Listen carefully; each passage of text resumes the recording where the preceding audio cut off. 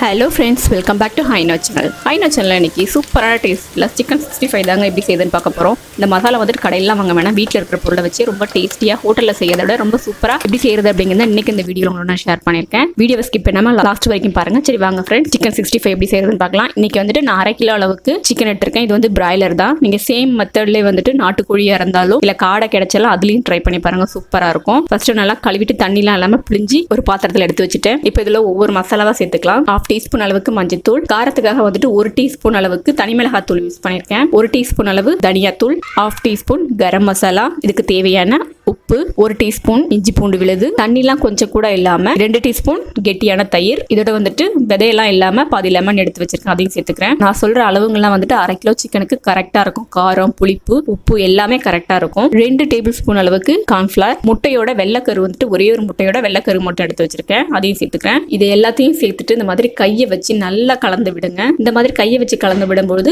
மசாலா வந்துட்டு ஈவனா எல்லா இடத்துலயும் உங்களுக்கு நல்லா கோட் ஆகும். இதோட நீங்க அரிசி மாவு வேற எதுவுமே சேர்க்க தேவையில்லை, வெறும் கார்ன்ஃபிளவர் மட்டும் சேர்த்து செஞ்சாலே நல்ல மொறுமொறுப்பா இருக்கும். நம்ம கடையில மசாலா வாங்கிட்டு செய்யறதை விட இந்த மாதிரி நீங்க ட்ரை பண்ணி பாருங்க, ரொம்ப சூப்பரா இருக்கும். மசாலா ஃபுல்லா நல்லா கலந்து விட்டுட்டேன். உப்பு செக் பண்ணி பார்த்துட்டு உங்களுக்கு தேவை அப்படின்னா நீங்க ஆட் பண்ணிக்கோங்க. இந்த 65 செய்யறதுக்கு ஒரு 1 ஹவருக்கு முன்னாடி நம்ம மசாலா தடவி வச்சிட்டோம் அப்படின்னா இந்த மசாலா எல்லாம் சிக்கனை நல்லா ஊறிட்டு நமக்கு பொரிச்சு எடுத்து சாப்பிடும்போது டேஸ்ட் நல்லா இருக்கும். இதை மூடி போட்டு ஒரு 1 ஹவருக்கு நான் வச்சிடறேன். மேக்ஸிமம் ஒரு 1/2 ஹவர் வச்சிருந்தா கூட போதும். இப்போ வந்துட்டு 1 ஹவர் வச்சிருந்தேன், அதுக்கப்புறம் எடுத்துருக்கேன் பாருங்க. மசாலா நல்லா ஊறி இருக்கு. மறுபடியும் வந்துட்டு ஒரு தடவை நல்லா கலந்து விட்டுக்கலாம். இப்போ நம்ம சிக்கன் 65 பொரிச்சு எடுக்க வேண்டியதுதான். எண்ணெயை வந்துட்டு மிதமான சூடா வச்சுக்கோங்க. ரொம்ப ஹைல வச்சுக்கிங்க அப்படின்னா டக்குனு மசாலா உங்களுக்கு வந்து மேலே கருகி போயிடும், உள்ள வந்து சிக்கன் வேகாத மாதிரி இருக்கும். அதனால எண்ணெய் சூடானதுக்கு அப்புறமா அடுப்பை சிம்ல வச்சுட்டு நம்ம மசாலா மிக்ஸ் பண்ணி வச்சிருக்க அந்த சிக்கன் பீசஸை வந்துட்டு எத்தனை போட முடியுமோ அத்தனை போட்டு பொரிச்சு எடுத்துக்கலாம்.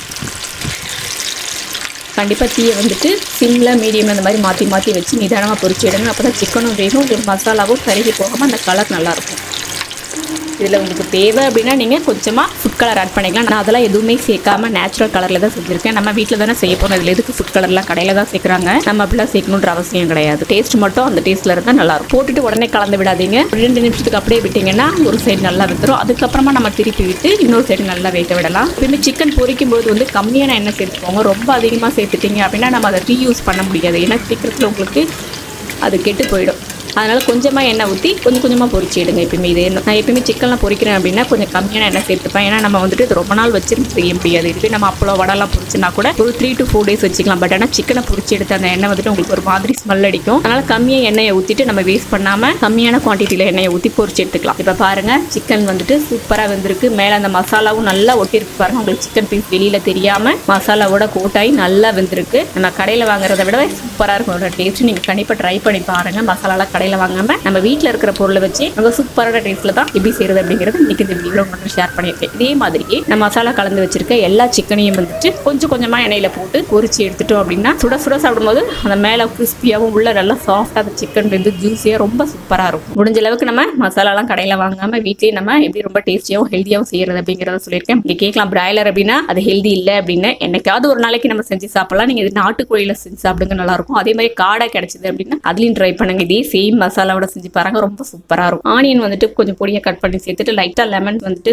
மேல ஒரு 2-3 டிராப்ஸ் விட்டு சாப்பிட்டு பாருங்க, செம்ம டேஸ்டா இருக்கும். கண்டிப்பா நீங்களும் இந்த ரெசிபி உங்க வீட்ல ட்ரை பண்ணி பாருங்க. செஞ்சு பார்த்துட்டு உங்களோட ஃபீட்பேக் எப்படி இருந்தது அப்படிங்கறத மறக்காம கீழே இருக்கிற கமெண்ட் பாக்ஸ்ல கமெண்ட் பண்ணுங்க. இந்த வீடியோ பிடிச்சிருந்தது அப்படின்னா லைக் பண்ணுங்க, உங்க ஃப்ரெண்டு ஃபேமிலிக்கும் ஷேர் பண்ணுங்க. ஹைனோ சேனலை ஃபர்ஸ்ட் டைம் பாக்குறீங்க அப்படின்னா சப்ஸ்கிரைப் பண்ணிக்கோங்க. மறக்காம பக்கத்துல இருக்கிற பெல் பட்டன்ல ஆளுங்கிற ஆப்ஷனை கிளிக் பண்ணிக்கோங்க. இன்னொரு சூப்பரான ஒரு ரெசிபியோட நான் மீட் பண்றேன். Thank you friends.